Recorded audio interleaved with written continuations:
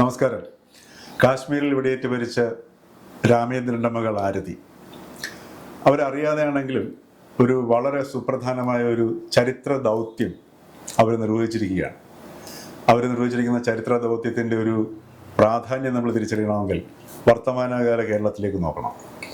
ആത്മഹത്യയിൽ ഏറ്റവും കൂടുതൽ നിരക്കുള്ള സംസ്ഥാനം, മദ്യപാനം, അക്രമം. നമ്മുടെ കേരളം എന്ന് പറയുന്നത് വിഷാദ രോഗികളെ കൊണ്ട് നിറഞ്ഞിരിക്കുന്നു.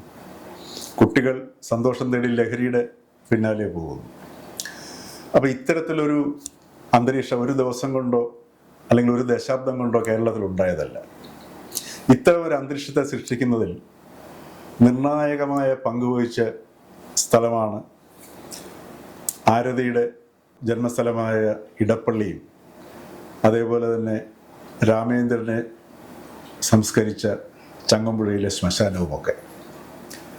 ചങ്ങമ്പുഴയുടെ രമണനിലെ കഥാപാത്രമായ മദനനിലൂടെ ഇടപ്പള്ളിയും ഈ രണ്ട് ബിംബങ്ങളിലൂടെ അല്ലെങ്കിൽ രണ്ട് കാര്യങ്ങളിലൂടെ വിഷാദവും വിലാപവും കേരളത്തിൻ്റെ ഒരു കേരളീയ മനസ്സിലേക്ക് കടത്തിവിട്ടു. രമണനിലൂടെ ആത്മഹത്യ കാൽപ്പനികവൽക്കരിക്കപ്പെട്ടു. കാരണം ആത്മഹത്യയും പ്രണയവും കൂടെ ചേർന്നിട്ടാണല്ലോ വരുന്നത്. അതേപോലെ വിലാപം മരണത്തിനെ ഒരു വിഷാദത്തിൻ്റെ രൂപത്തിൽ അവതരിപ്പിക്കുന്നു.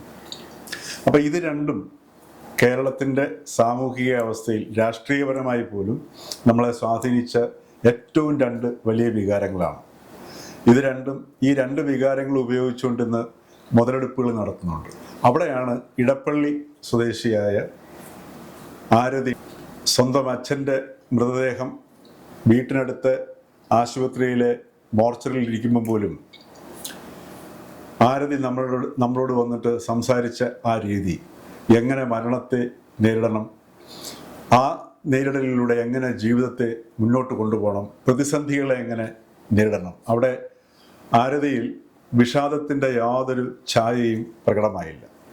ഇത് നമ്മളുടെ മാധ്യമങ്ങളും കേരളത്തിലെ ഓരോ മലയാളിയും തിരിച്ചറിയേണ്ട ഏറ്റവും മർമ്മപ്രധാനമായ ഒരു വൈകാരിക ഘടകവും യാഥാർത്ഥ്യവുമാണ്.